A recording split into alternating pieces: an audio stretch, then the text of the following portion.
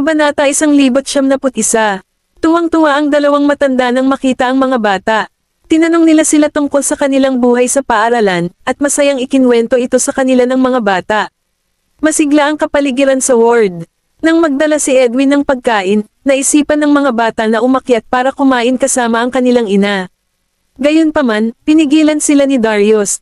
Sweethearts, maghugas ng kamay. Oras na para kumain. Sa sandaling iyon, nagbahagi ang mga bata ng tingin sa isa't isa.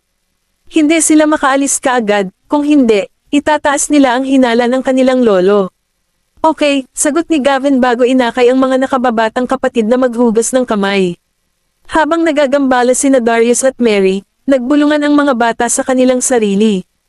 Kailangan ba nating kumain dito? Sinimulan ni Zachary. Sagot ni Gavin, pinapakain tayo ni lolo. Kung hahanapin natin si Mommy ngayon, tiyak na maghay-hinala siya. Napabuntong hininga si Oliver. Dapat nakahanap na tayo ng dahilan para umalis kanina. Hanapin natin si Mommy pagkatapos nating kumain, mungkahi ni Tim. Napakamot ng ulo si Jasper. Iyon lang ang magagawa natin, kung hindi, malalaman ni Lolo na nasa ospital si Mommy. Kung gayon, bilisan na natin at kumain para mapuntahan natin si Mommy sa lalong madaling panahon, sabi ni Jesse. Nang matanto ni Darius na hindi pa nakabalik ang mga bata, lumapit siya at sinabi sa kanila, ano ba ang ibinubulong-bulong ninyo? Bilisan ninyo, maghugas ng kamay at kumain. Humadjadjak ang mga bata bago nagmadaling umalis para maghugas ng kamay. Samantala, kumakain din sina Benjamin at Erisa, at pinapakain ni Benjamin ang kanyang sopas. Ang mga bata ay dapat na kumakain kasama si tatay. Namiss ni Erisa ang mga bata at gusto niyang kumain kasama sila. Pagkatapos ng lahat, hindi siya nakakakuha ng maayos na pagkain sa kanila matapos simulan ang kanyang pananatili sa ospital. Mabuti naman at kumakain sila sa ibaba. Kung aakyat sila ngayon, maghay-hinala si tatay, sabi ni Benjamin habang pinapakain siya ng isa pang katsarang sabaw. Pagkatapos ng hapunan, nilinis ni Benjamin ang lugar at sinabing, kailangan kong umalis sandali. Hahanapin ko si Sean. May problema ba? Kailangan ko siyang makausap tungkol sa bagay ni Dad. Pagkatapos lamang niyang i-tuck in, tumalikod siya para umalis sa ward. Pinagmasdan siya ni Erisa hanggang sa isara niya ang pinto. Gayunpaman, hindi nagtagal, may nagbukas ng pinto. Akala niya si Benjamin, pero sina Ethan at Bradley pala. Bakit kayo magkasama? Tanong ni Erisa na pinag-aaralan sila. Parang naging malapit na silang dalawa sa isa't isa. Kagagaling lang namin sa opisina, Mrs. Graham. Nasaan si Mr. Graham? Tanong ni Ethan. Natarante siya nang walang makitang palatandaan ni Benjamin sa ward. Umalis lang siya para hanapin si Mr. Bailey. Tumango si Ethan. Ngunit imbes na pumunta kay Benjamin, nagpa siya siyang samahan si Erisa kay Bradley. Samantala, pinuntahan ni Benjamin si Sean para alamin pa ang kalagayan ni Darius. Maaari bang ma-discharge ang tatay ko sa ospital bukas? Tanong niya. Humalaklak si Sean. Kadalasan ay ayos lang ang matandang Mr. Graham. Nagpumilit siyang umuwi nitong nakaraang 2 araw. Kung gusto mo siyang ma-discharge, maaari akong mag-ayos para sa isang pagsusulit bukas. Kung maayos ang lahat, maaari siyang umuwi. Tumango si Benjamin. Oo naman. Gumaling na si Darius, kaya natural, kailangan na niyang ma-discharge sa ospital. Kung patuloy siyang mananatili, mas malaki ang tsansa na malaman niyang nandoon din si Erisa. Pinanood ni Sean si Benjamin na umalis na may ngiti sa lobby at umiling. Nang bumalik si Benjamin sa ward, sinalubong siya nang makitang masayang nag-uusap sina Erisa, Ethan, at Bradley. Kinagat niya ang kanyang mga lobby. Nang maramdamang may mali kay Benjamin, tumayo si Ethan at binati, Mr. Graham. Ginoong Graham. Walang kamalay-malay na itinuwid din ni Bradley ang kanyang likod. Inilibot ni Benjamin ang kanyang tingin sa kanila at nagtanong, bakit kayo nandito? Napatingin si Ethan kay Benjamin. Dahil alam niyang ayaw ni Benjamin na abalahin nila si Erisa, maingat niyang sinabi, may gusto akong pag-usapan sa iyo. Kabanata 1092. Binalik ni Benjamin ang tingin ni Ethan at naglakad sa gilid. Nagmamadaling sumunod si Ethan at ibinalita sa lalaki ang progress ng trabaho sa opisina. Habang nakikinig, binaril ni Benjamin si Bradley ng mga punyal. Agad namang natigilan si Bradley nang makasalubong ang nagyayelong tingin nito. Nagmamadali siyang gumawa ng dahilan, magpahinga ka lang, boss. Pupunta ako at titingnan ang mga bata. Oo naman. Saglit siyang tinitigan ni Erisa bago tumingin kay Ethan. Naghapunan na ba kayong dalawa? Hindi, kakain ako ng hapunan saglit. Pagkasabi noon, tumakbo si Bradley palabas. Noon lang binawi ni Benjamin ang kanyang tingin at ipinagpatuloy ang pakikipag-usap kay Ethan tungkol sa trabaho. Napatingin si Erisa sa lalaki at napahadjajak sa galit. Bago pa makababa si Bradley, lumabas na ng elevator ang mga sextuplet. Nandito ka rin, Mr. Hinton. Masiglang bati ni Zachary at kumari pa ng takbo papunta sa kanya. Nakangiti at nagniningning ang mga mata, sumagot si Bradley, kanina pa ako nandito. Nabalitaan ko kay boss na kinukuha mo ang lolo mo sa ibaba at balak mong hanapin ka kapag nakaakyat na kayong lahat. Lahat ng 6 na bata ay natawa. Hehe, nag-dinner na ba si Mommy? Malamang oo, hindi ko siya nakitang kumakain pagdating ko. Tinapik-tapik sila sa kanilang mga ulo, inakay sila ni Bradley pabalik sa silid ng ospital. Boss, umakyat na ang mga bata para bisitahin ka. Mommy, sa paningin ni Erisa, ang mga bata ay hindi kapani-paniwalang nasa sabik at tuwang-tuwa. Nagmamadali silang lahat papunta kay Erisa, na nasa hospital bed. Nanlalambot ang titig ni Erisa nang makitang papalayo ang mga ito. Kumain na ba kayong lahat? Hinaplos niya ang kanilang mga ulo, ang kanyang boses ay higit sa banayad. Iniangat ng mga bata ang kanilang mga ulo. Kumain na kami ni Lolo, Mommy. Busog na kaming lahat, ikaw naman. Kumain ka na ba? Kanina din ako kumain. Habang pinagmamasdan sila ni Erisa, nakatitig din sila sa kanya nang hindi kumikislap, napakakaibig-ibig. Namuo ang init sa loob niya. May homework ka ba ngayon? Hindi. Oo. Kasunod ng iba't ibang tugon ng mga bata, kapwa nakiliti sina Erisa at Bradley na pink. Oo ba o hindi eksakto? Pinagmasdan ni Erisa ang mga bata na may saya sa kanyang mga mata. Haha, hindi rin sila sigurado kung may takdang aralin sila. Napakamot sa likod ng ulo si Jasper, natatawa. Oo, sa tingin ko. May takdang aralin, Mommy. Sinabi ng guro sa amin na umuwi at gumuhit ng larawan. Mariing sumigaw si Tim. Tumango rin si Jesse. Oo, tama si Tim. Sinabi ng guro na gumuhit tayo ng larawan. Sa kabaligtaran, sina Gavin at Zachary ay nagsuot ng mga blankong ekspresyon sa kanilang mga mukha. May iba kasi silang ginagawa sa klase, kaya hindi nila iyon narinig. Pagkatapos ay bilasan mo at gawin ang iyong takdang aralin. Sasamahan kita habang gumuhit ka. Hinikayat sila ni Erisa na ilabas ang kanilang mga sketchbook. Kinuha ng mga sextuplet ang kanilang mga bag, inilabas ang kanilang mga sketchbook mula sa loob, at inilatag ang mga ito sa kama ng ospital. Sigurado ka bang marunong kang gumuhit sa kama? Naaliw silang tinignan ni Erisa dahil malambot ang kama. Oo. Lahat ng 6 na bata ay isinawsaw ang kanilang mga ulo. Sa kanilang mga drawing pen sa kamay, nagsimula silang gumuhit. Nakatanggap si Gavin ng mga aralin mula sa isang profesional na guro, kaya wala siyang problema sa pagguhit. Sina Zachary, Oliver, Jasper, at Jesse ay tinuruan din ni Erisa. Si Jesse, lalo na, ay mas mahusay sa pagguhit kaysa sa kanyang mga kapatid na lalaki bagaman hindi siya gaanong kagalingan sa pag-aaral. Si Tim, gayunpaman, ay hindi pa nakapunta sa kindergarten at kamakailan lamang ay ginabayan siya ng guro. Hawak-hawak niya ang drawing pen ngunit hindi niya alam kung ano ang iguguhit. Nang mapansin ang nawawalang tingin sa kanyang mukha at nakitang wala siyang ideya kung ano ang iguguhit, umupo si Erisa sa tabi niya. Wala kang maisip na iguguhit, sweetheart. Sinulyapan siya ni Tim, namumula hanggang sa dulo ng kanyang tainga. Oo, hindi rin ako marunong mag-drawing. Nakangiting hinaplos ni Erisa ang kanyang ulo. Okay lang, e-drawing mo na lang kung ano ang gusto mong e-drawing. Sundin mo ang puso mo. Hindi mahalaga kung hindi maganda ang guhit mo. Ang galing lang nila sa pag-drawing dahil marami na silang na-practice. Naiintindihan mo, Mommy. Ang kalungkutan ni Tim kanina ay nawala sa manipis na hangin, at ang kanyang mga mata ay kumikinang sa pananabik.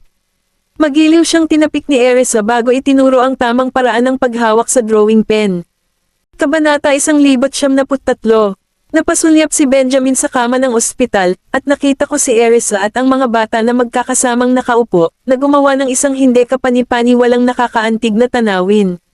Gawin mo ang sinasabi mo, utos niya. May iba pa ba? Hindi, nakangiting sagot ni Ethan dahil pinirmahan na ang lahat ng dokumentong kailangang suriin. Okay, go and have dinner. If there's nothing urgent, huwag kang lumapit at abalahin ako. Kumaway ng kamay si Benjamin, pinaalis siya. Napaawang ang sulok ng bibig ni Ethan. Ha, Mas parang ayaw niya akong sumama at abalahin si Mrs. Graham, no? Natural, hindi siya nang ahas na magbigay ng boses sa sagot na iyon. He murmured in acknowledgement bago niyaya si Bradley na sabay na maghapunan. Paikat-ikot ang ulo, napatingin sa kanila sina Gavin at Zachary. Kasunod nito, tumalikod sila at nagpatuloy sa pagguhit. Lumapit si Benjamin at iniwas ang tingin sa anim na dibuho ng mga bata. Si Jessie ay napakaseryoso, ang kanyang pagguhit ay nahuhubog at nagiging mas nakakaakit sa mas mabilis na bilis kaysa sa kanyang mga kapatid. Tinapik-tapik niya ito sa ulo. Maganda ang ginagawa mo, Jessie. Ibinaling ng ibang mga bata ang kanilang mga tingin sa kanya. Ganoon din ang sinabi ni Erisa na nakangiti, magaling siyang mag-drawing in the first place. Kung tungkol sa iba pang mga aspeto, ito ay ibang kwento sa kabuuan. Nang marinig ang papuri ng kanyang ina, si Jessie ay namula ng husto kaya ang kanyang mga mata ay naging mga hiwa na lamang. Tingnan mo ang aking drawing kapag tapos na ako mamaya, Mommy.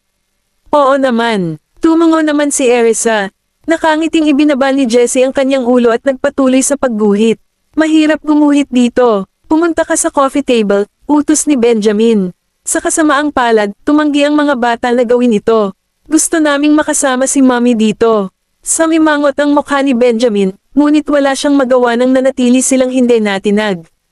Hayaan mo silang mag-drawing dito. Hindi naman ito mahirap na takdang aralin, pagsusumamo ni Erisa, na ibinaling ang tingin sa lalaki. Kung sasabihin mo, umupo si Benjamin sa tabi niya, bumagsak ang tingin niya sa sketchbook ni Tim. Dahil sa sagot na iyon, hindi na nakaimik si Erisa. Ano ang ibig niyang sabihin doon? Ito ay malinaw na desisyon ng mga bata.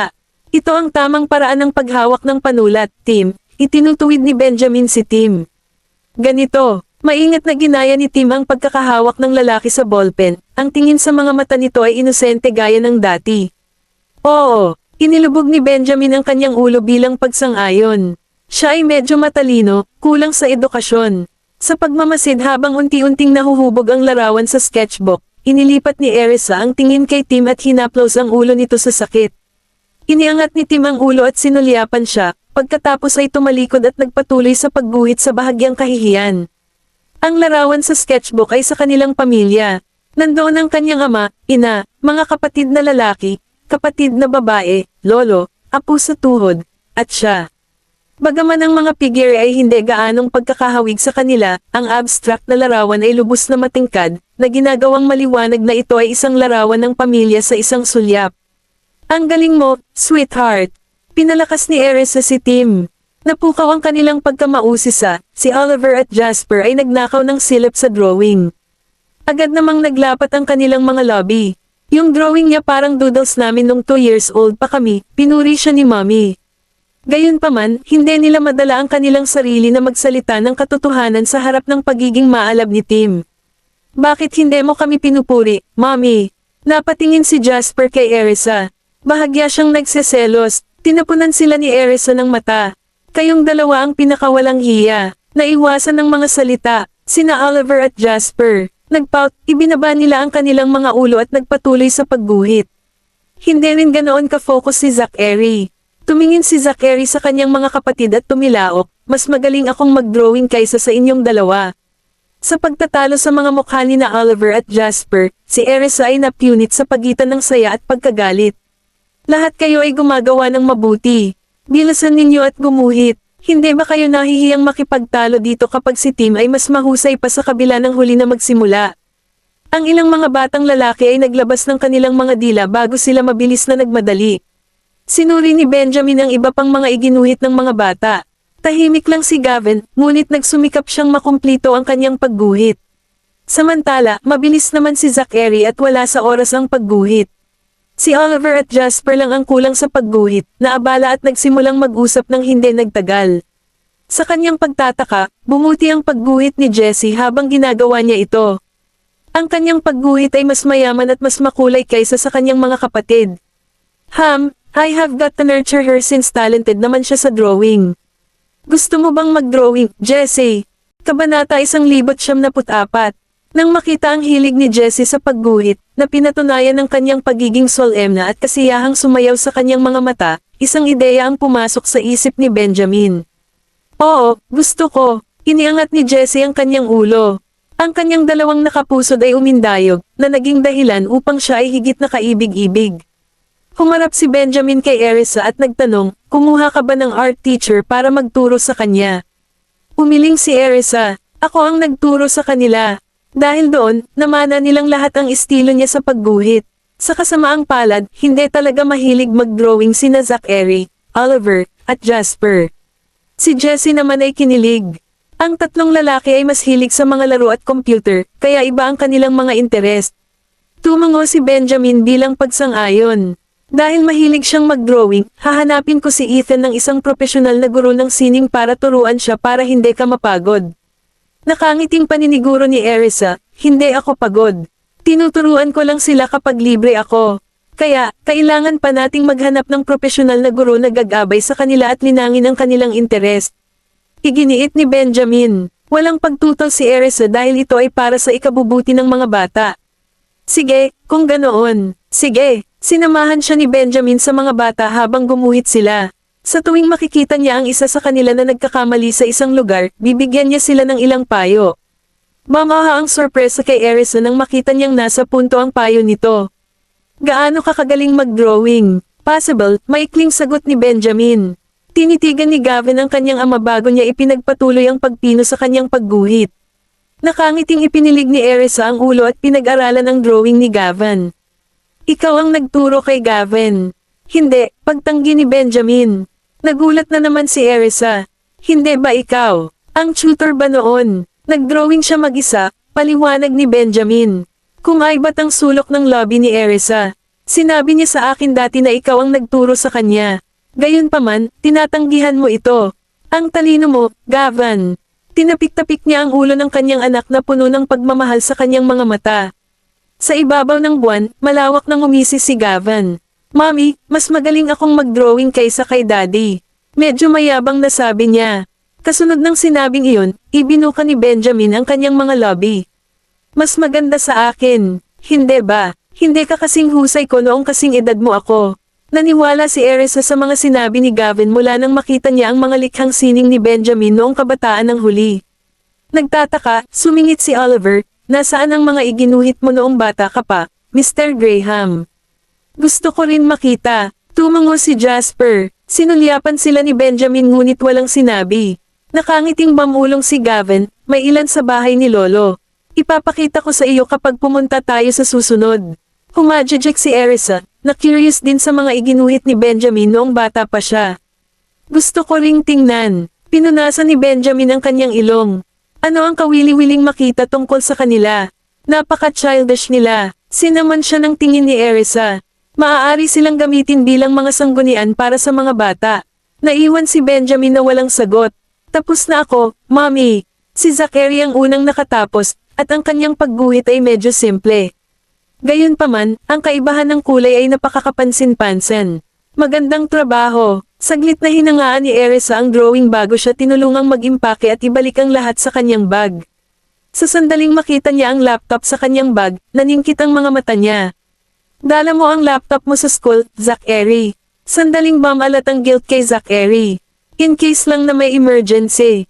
Ngumiti lang si Erisa nang hindi siya tinuturuan. Kaya naman dahil mahilig siyang mag-div sa computer at teknolohiya. Tapos na rin ako, Mommy. Dinala ni Jessie ang kanyang drawing para sa inspection ni Erisa. Hinangaan ni Benjamin ang kanyang pagguhit kasama si Erisa. Ang kanyang mga kasanayan sa pagguhit ay napakahusay na ang mga tanawin at mga figure ay ganap na nailarawan. Isang pakiramdam ng pagmamataas ang bumalat sa loob ni Benjamin. Tinapik-tapik niya si Jessie sa ulo. Talagang mauna ka bukas, Jessie. Salamat, Mr. Graham. Sa papuri na iyon, sumikat si Jessie mula tenga hanggang tenga, nakamamatay na cute na may mga dimples sa kanyang pisngi. Nako, hinding-hindi ako mauuna hanggat nandito si Jessie. Napaluha si Jasper. Sa kabila ng kanyang mga salita, hindi siya nabigo. Sa halip, ipinagmamalaki niya ang kanyang kapatid na babae. Kabanata 1,095. Isang tao lang ang pwedeng mauna. Kung gusto mo, kailangan mong magsikap. Hindi pinanghinaan ng loob ni Erisa si Jasper bagkus ay nag-udyok sa kanya. Casual remark lang yan, Mommy. Nakakatamad mag-drawing. Hayaan mo na lang muna si Jessie. Sa katunayan, si Jasper ay walang interes sa pagguhit. Sa tuwing sasabihin sa kanya ng guro na gumuhit, hindi maipaliwanag ang pakiramdam niya, higit sa lahat dahil mablangko ang kanyang utak, at wala siyang maisip na iguguhit. Ito ay palaging ang parehong bagay, dahil hindi siya maaaring gumuhit ng anumang komplikado. Tinamaan si Erisa na hindi nakaimik. Medyo magaling siyang mag-drawing. Sayang naman at hindi siya interesado dito. Kahit na sa tingin mo ay maya mo, kailangan mong pagsikapan ito. Umupo sa tabi ni Jasper, pinangangasiwaan siya ni Benjamin. Napatingin si Jasper sa kanyang ama. Sabay-sabay siyang naging seryoso. Okay lang ba ang akin, Mommy? Sinubukan ni Tim ang kanyang makakaya, ngunit hindi niya alam kung paano pinuhin ang kanyang pagguhit. Kaya naman, pabulong niyang sinabi ang tanong na iyon kay Erisa. Tiningnan ni Erisa ang kanyang iginuhit at nakitang napakasimple nito sa mga linya lamang. Oo, hindi ka rin kapanipaniwala, Tim. Niyakap siya nito, hinalikan siya sa pisngi. Hindi man siya marunong magkulay, maganda pa rin ang mga linya. Nasa tabi si Tim sa tuwa, kumikinang ang kanyang mga mata. Ang bawat isa sa iyong mga guhit ay maganda sa sarili nitong karapatan. Pagtingin sa drawing, ginulo ni Benjamin ang buhok ni Tim. Mas magaling kang mag-drawing kaysa sa dati, Tim. Noon lang ako marunong mag-doodle. Matamis ang matamlay na boses ni Jessie, na nagbibigay ng magandang kalooban sa iba. Talaga, medyo diffident si Tim. Oo naman. Tanungin mo sina Zachary, Oliver, at Jasper kung hindi ka naniniwala sa akin. Alam din nila. Malabo ang mga mata ni Jessie, at kumikinang sa liwanag. Siya ay kaibig-ibig na hindi maalis ng isa ang mga mata sa kanya. Kasunod nun, humajijek si Jasper. Totoo, mas magaling ka talaga sa amin. Ipapakita namin sa iyo ang aming mga guhit sa nakaraan pagdating namin sa bahay, at malalaman mo pagkatapos tingnan ang mga ito. Napakamot din ng ulo si Oliver. Mas magaling kang mag-drawing kaysa sa amin. Pagsasanay sa kanyang mga mata kay Tim, tiniyak ni Zachary, walang alinlangang mas mahusay kang mag-drawing kaysa sa amin pagkatapos mong matutunan ang iba pang paraan ng pagguhit. Sa laban ng paghihikayat, dumobol ang kumpiyansa ni Tim. Pinagmasdan ni na Erisa at Benjamin ang mga bata na nakikipag-ugnayan sa kanilang mga sarili habang ang kanilang mga lobby ay nakakurbada sa isang bahagyang arko. Magaling kayong lahat sa pagguhit. Basta't nagsisikap ka, tiyak na mas mahusay ka pa. On the heels of that, Erisa urged, kahit anong gawin mo, dapat seryoso ka para magawa mo ito ng maayos. Hindi ka maaaring maging kalahating puso. Alam namin, Mommy, sabay-sabay na sagot ng 6 na bata, na mukhang masunurin gaya ng dati. Isang masayang ngiti ang sumilay sa mukha ni Erisa. Ang mga bata ay maliliit pa, kaya siya ay naging maluwag sa kanila. Gayunpaman, hindi ito masasabi tungkol kay Benjamin. Kung ikukumpara sa kanya, napakahigpit niya. Hindi lang kailangan mong isipin ang mga salita ng mami mo, ngunit dapat mo ring isabuhay ang mga ito. Maglalaan ako ng oras upang suriin ang iyong takdang aralin mula ngayon. Paparusahan ko ang sinumang hindi makakompleto nito ng maayos. Nakatitig sa kanya ang mga sextuplet at napalunok. Sumunyap sa kanya, si Zachary ay bamulong, ano ang parusa? Depende sa sitwasyon. Itinoon ni Benjamin ang kanyang mga mata sa kanila. Tumingin ang mga bata kay Gavin at nagtanong, pinarusahan ka ba niya noon? Palihim na tumingin sa kanyang mahigpit na ama, tumango si Gavin. Oo, napaawang ang lobby ni Zachary dahil naalala niyang minsang sinabi iyon ni Gavin sa kanya. Kung gagawin mo ng maayos ang iyong takdang aralin, hindi kita parurusahan. Itinatag ni Benjamin ang kanyang autoridad sa harap ng mga bata upang maiwasang lalo silang lumaki sa hinaharap. Ano ang itinuturing na nararapat? Tanong ni Jasper, nag-ipon ng lakas ng loob para iligtas ang sarili sa pagpaparusa. Totoo yan. Dapat may standard. Napatingin din si Oliver kay Benjamin. Hanggat sumusunod tayo sa pamantayan, hindi tayo mapaparusahan. Ako ang pamantayan, sabi ni Benjamin. Napatulala ang mga bata. Hindi ba magiging unfair para sa amin kung nagawa namin ito ng maayos ngunit iba ang sinasabi mo? Protesta ni Zachary. Sinamon siya ng tingin ni Benjamin. Gamitin mo ako bilang pamantayan. Kailangan mong magawa ang lahat ng kaya kong gawin sa edad mo. Naawa si Erisa sa mga bata. Hindi mo ba iniisip na masyado kang humihingi sa kanila, Benjamin? Hindi lahat sa kanila ay kasing talino niya. Para sa isa, hindi ito magagawa ni Jessie. Maaaring hindi rin ito magagawa ni Tim. Kabanata 1996. Ako ba? Nakakunot ang noo, matamang tinitigan ni Benjamin si Erisa. Galit na sumulyap sa kanya si Erisa. Mabuting Panginoon, hindi man lang ba niya kayang sabihin iyon? Sa tingin mo kaya ng mga bata? Hindi kaya ni Jesse. Nalaman niyang kailangang ipaalala sa lalaki ang katotohanan iyon. Tinitigan ni Benjamin ang bawat bata. Gagawin ko ang isang detalyadong plano ayon sa kani-kanilang mga sitwasyon. Napabuntong hininga ang mga sextuplet. Oh well, mukhang walang makakatakas dito. Hindi na alam ni Erisa kung ano ang isasagot doon. Ang tanging magagawa niya ay palakasin ang loob ng mga bata. Kailangan ninyong lahat na magtrabaho ng husto, mga sweethearts. Huwag kang mag-alala, Mommy. Hindi ganoon kadali para sa kanya na parusuhan tayo. Ngumuso, hinagis ni Zachary si Benjamin ng isang mapaghamong tingin, hindi na natatakot. Sinalubong ni Benjamin ang kanyang mga mata ng hindi isinasa puso. Hey! Iniisip ng mga brats na ito na hindi ko sila matuturuan ng leksyon, ha? Pero syempre, ikaw ang pinakamagaling, at naniniwala ako sa iyo. Sa huli, pumanig si Erisa sa mga bata. Sinulyapan siya ni Benjamin, sa kaloob-looban ay walang magawa. Nang matapos ang kanilang takdang aralin, sinamahan ng mga bata si Erisa sa ospital ng ilang sandali bago sumunod kay Bradley pauwi. Pupunasan kita. Lumapit si Benjamin na may dalang palanggana at umupo sa tabi ng kama. Tinapunan siya ni Erisa ng mata. Aalis ako at maliligaw mag-isa. I can be discharged from the hospital already, so there's no need for him to wipe me down. Gusto niyang bumangon mula sa kabilang side, ngunit hinawakan ng lalaki ang kanyang palso at idiniin siya pabalik sa kama. Saan ka pupunta? Maliligaw ako. Sinaman siya ng tingin ni Erisa. Sinabi ko sa iyo na manatili ka. Naka-recover na ako. Manahimik ka. Habang hawak-hawak siya, inabot ni Benjamin at hinubad ang kanyang hospital gown. Sa kanyang kaseryosohan, walang choice si Erisa kundi ang manatili sa pagkakaupo at hayaan siyang panasan siya. May problema ka ba sa akin? Itinaas ni Benjamin ang kanyang mga mata at sinanay ang mga ito sa kanyang mga lobby. Napakurap-kurap si Erisa ng mahina. Sino ang mga ngahas na magkaroon ng problema sa iyo? Kumunat ang noo ni Benjamin bago pinisil ang ilong. At sabi mo wala kang problema sa akin. Galit ka pa rin ba sa mga bata? Natigilan si Erisa na nakanganga sa kanya. Hindi siya lubos makapaniwala na nakita niya talaga siya. Masyado kang mahigpit sa kanila. Sa totoo lang, ayaw niyang humingi siya ng katulad sa iba pang 5 anak gaya ng ginawa niya kay Gavin. Kumunat ang noo ni Benjamin sa paratang niya. Sobrang spoil mo sila. What's wrong with me spoil them when they're kids? I merely want them to have a happy childhood.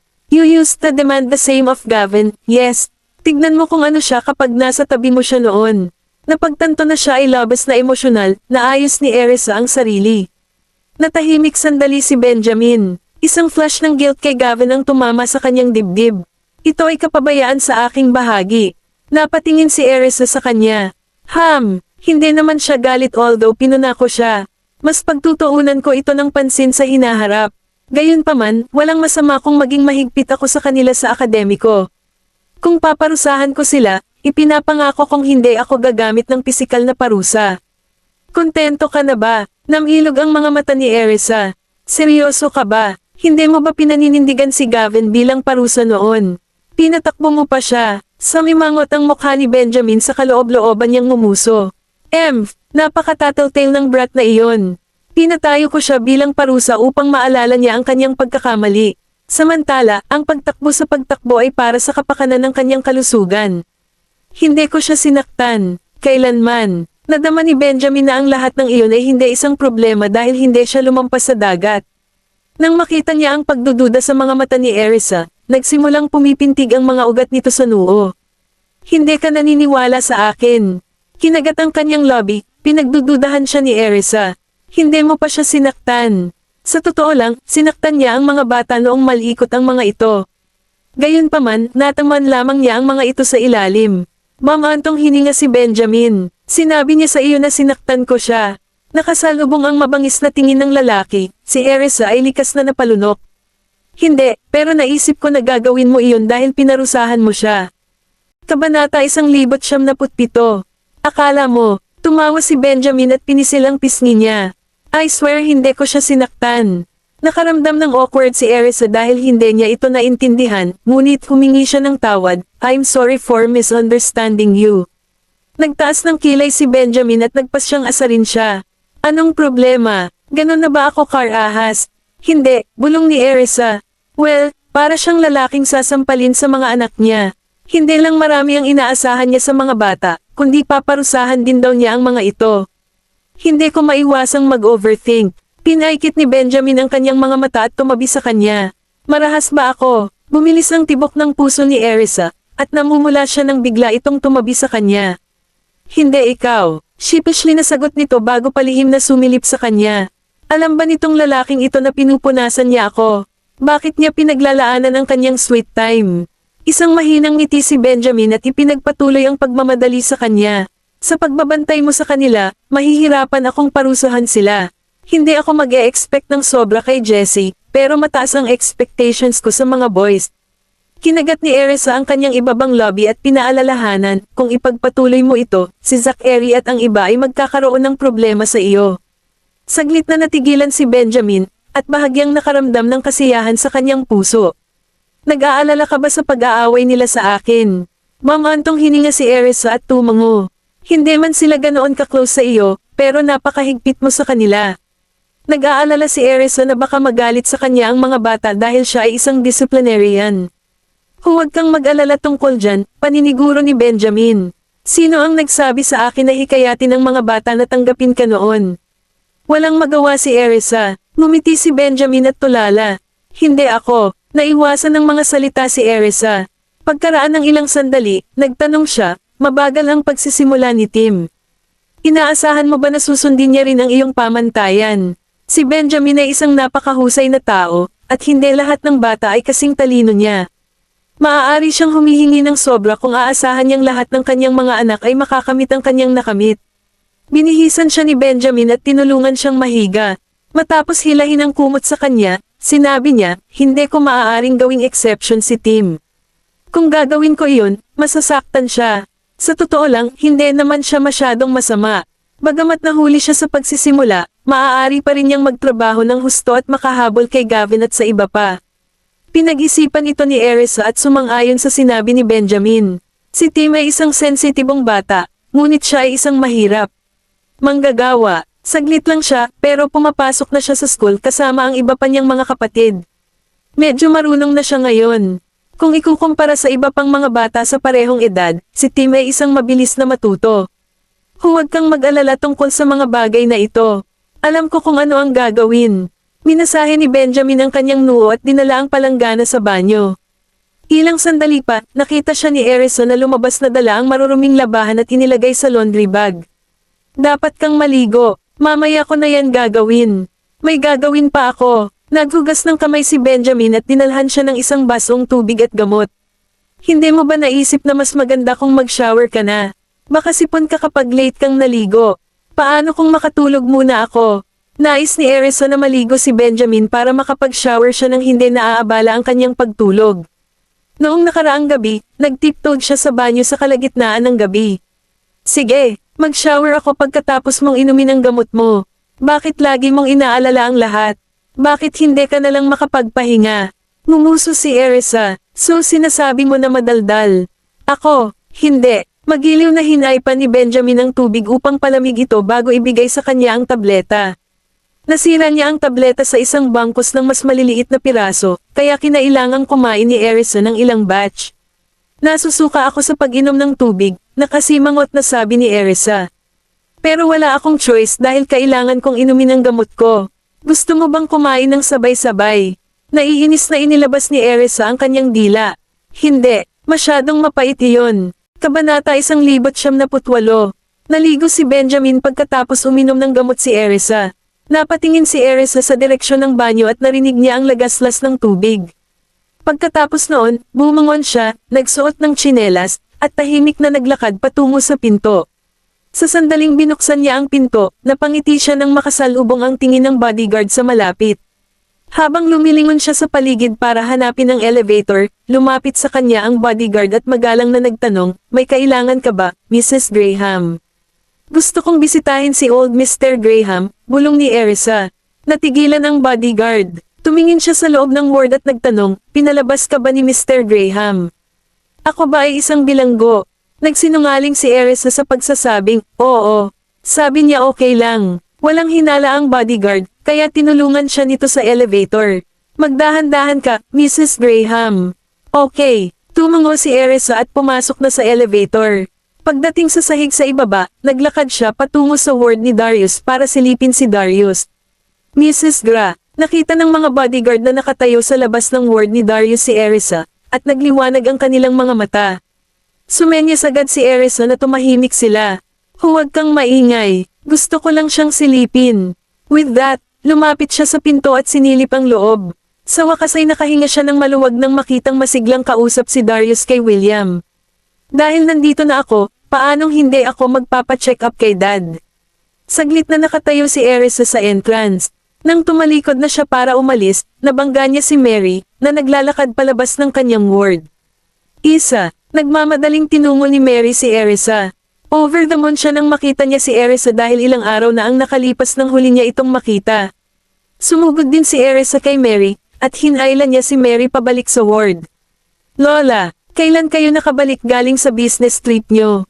Hindi napansin ni Mary ang suot ni Erisa dahil buong oras niyang tinitingnan ang mukha ni Erisa. Awkward nang umiti si Erisa at umiwas sa tanong. Naparito ako para makita kayo. Bakit ka kaagad pumunta sa ospital pagkatapos ng business trip mo? Ayos naman kami, sa bahay ka dapat nagpapahinga. Hindi ito gaanong pinag-isipan ni Mary, at naniwala siyang kababalik lang nina Erisa at Benjamin mula sa isang business trip. Tinanong ni Erisa si Mary kung kumusta siya at nakipag-chat sa kanya saglit. Biglang nagtanong si Mary, Isa, bakit hindi ka pumunta ngayon sa ward ni old Mr. Graham? Papunta na ako doon. Napangiti si Erisa at hindi makasagot. Kaya naman, sinabi niya, gabi na, Lola. Baka manatili ka na lang. Magpahinga ka ng maaga, okay. Babalik ako kaagad. Kung libre ako, bibisitahin kita bukas. Bakit ka pumunta sa ospital kung alam mong gabi na? Nandito rin ba si Benjamin?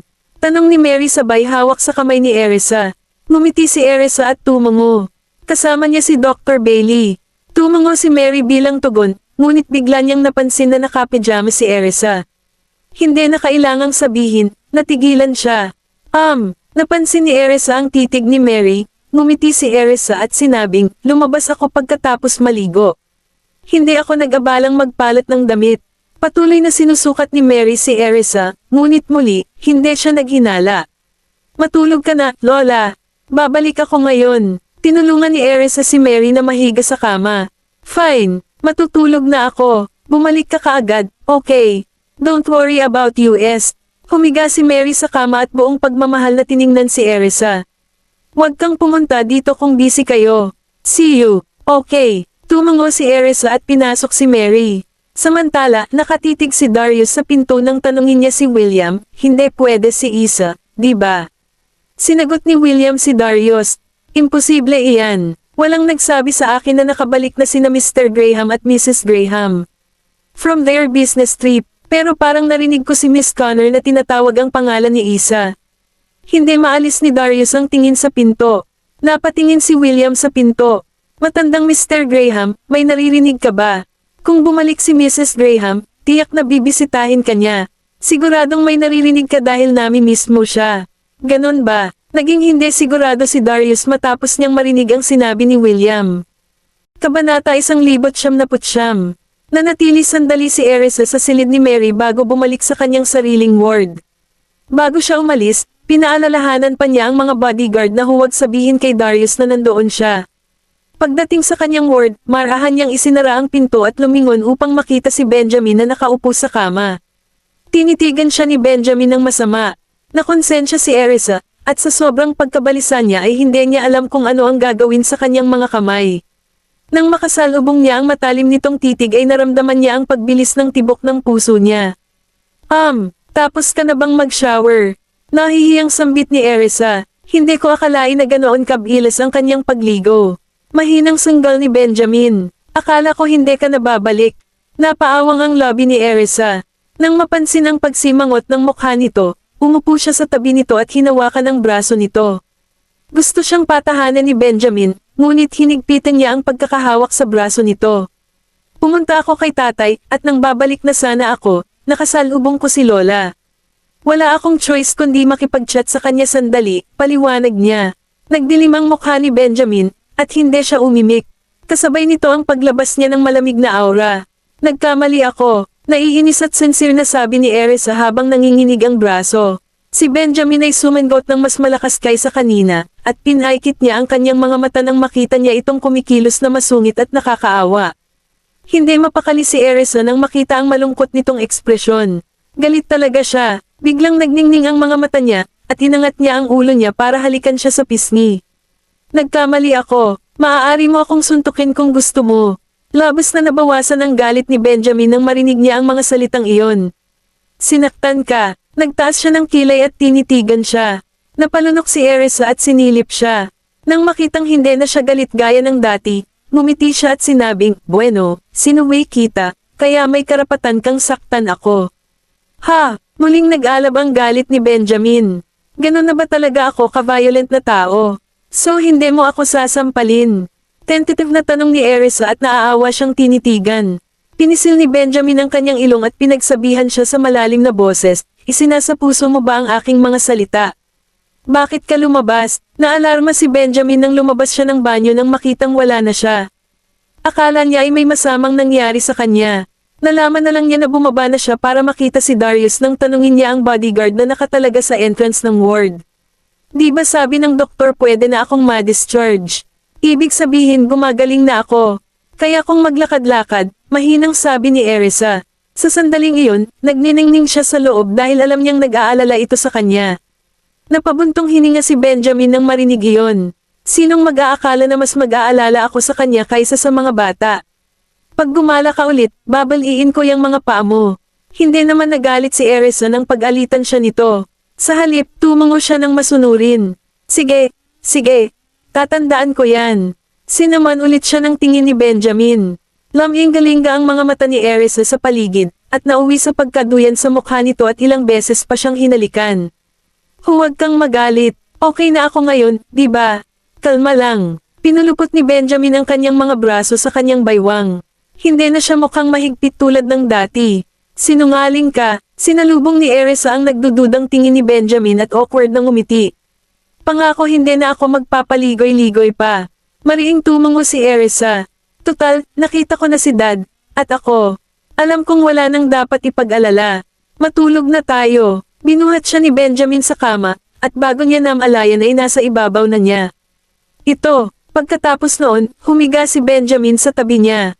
Napakurap si Erisa habang nakahiga sa braso. "Matutulog ka rin ba? Kailangan kong palaging mag-alala tungkol sa iyo. Kung hindi kita bantayang mabuti, mali ang ugali mo." Niyakap siya ni Benjamin ng mahigpit, hinayla ang kumot sa kanila, at pinatay ang mga ilaw. Natigilan si Erisa. Nangako na ako sa kanya, wala pa rin siyang tiwala sa akin. Parang hindi na ako mapagkakatiwala ang tao sa paningin niya. Gayunpaman, masaya ako na matutulog siya ng maaga ngayong gabi. Dahil doon sa isip, ipinulupot niya ang kanyang mga braso sa baywang nito at sinabing, "Darling, I'm sorry." Kabanata 1100. Nagdilim ang mga mata ni Benjamin, at naalimpungatan siya nang marinig ang malumanay na boses nito. Sa susunod na segundo, itinaas niya ang kanyang baba at nagtanong, "Sinadya mo ba?" Tumango si Erisa, kumikinang ang mga mata sa dilim. Napalunok si Benjamin at sumandal para halikan siya sa lobby. Naakit si Erisa sa kanyang panlalaking pabango, at bumilis ang tibok ng kanyang puso. Imbes na itulak siya, mas hinigpitan pa niya ang yakap nito. Kasabay nito ang pag-angat ng kanyang ulo para isabsob ang kanyang sarili sa mapusok na halik na iyon. Makalipas ang mahigit 10 minuto, umatras si Benjamin sa paghalik, at nakahinga siya ng maluwag. Ang kanyang maiinit na hininga ay dumampi sa kanyang mukha, at ang sexual na pag-igting ay nakabitin sa hangin. "Tulungan mo ako." Ang magnetic voice ni Benjamin ay parang nakakaakit. Ang kanyang mga kamay ay nasa ilalim ng kontrol ni Benjamin, at siya ay namumula ng hindi mapigilan. Makalipas ang 2 oras, nakaramdam si Erisa ng hiya sa sarili. Nahihiya niyang isinubsob ang mukha sa unan. Sinulyapan siya ni Benjamin at nagtungo sa banyo sa kasiyahan. Paglabas niya ay tulog na si Erisa. Nakita ni Benjamin kung gaano siya pagod kaya hinalikan niya ito sa pisngi. Pagkatapos, umakyat siya sa kama at nakatulog sa kanyang mga bisig. Bandang 8:00 lang ng umaga nagising si Erisa. Sa katunayan, ginaisang siya ni Sean nang dumating ito para bigyan siya ng injection at body check-up. Nang hilingin niyang abutin ang kanyang kamay, naalala niya kaagad ang kalokohang ginawa niya noong nakaraang gabi. Nang ikinuyom niya ang kanyang kamao, napagtanto niyang masakit ang kanyang kamay, at agad na namula ang kanyang mukha. Bagamat hindi alam ni Sean ang nangyari, alam ni Benjamin. Hiyang-hiya si Erisa na hindi niya magawang tingnan sa mga mata si Benjamin. Nakayuko ang ulo, inabot niya ang kamay para bigyan siya ng injection ni Sean. Kahit umalis na si Sean sa ward, hindi pa rin siya naglakas loob na iyangat ang ulo. Nang makita iyon, umupo si Benjamin sa tabi niya at hinaplos ang mukha niya. Inaantok ka pa ba? Nang marinig iyon, itinaas ni Erisa ang kanyang tingin upang kunan ng masama si Benjamin. Mas lalo siyang nainis nang makita ang masayang titig nito. Malinaw, alam ni Benjamin na galit siya sa nangyari kagabi. Hinawakan niya ang kanyang ilong at tumahimik bago sinabing, hindi kita paparusahan kung hindi mo ako ginalit. Galit na nagngangalit si Erisa nang makita kung gaano siya kawalan Gia matapos siyang pagsamantalahan noong nakaraang gabi. Galit na galit, tumalikod siya. Hindi ako makatingin sa kanya ngayon. Naaalala ko sa mukha niya ang kahihiyan na naramdaman ko kagabi. Tahimik na tumawa si Benjamin habang nakatitig sa kanya. Sa malumanay na tono, sinabi niya, maaari kang magpatuloy sa pagtulog pagkatapos kumain. Hindi ako kumakain. Napaawang ang lobby ni Erisa. Pagkahulog pa lang ng mga katagang iyon ay biglang kumalabog ang kanyang tiyan. Lumingon si Erisa para titigan si Benjamin. Nang makitang lumukat ang kanyang mga mata sa isang ngiti, nabigla siya, anong nakakatawa?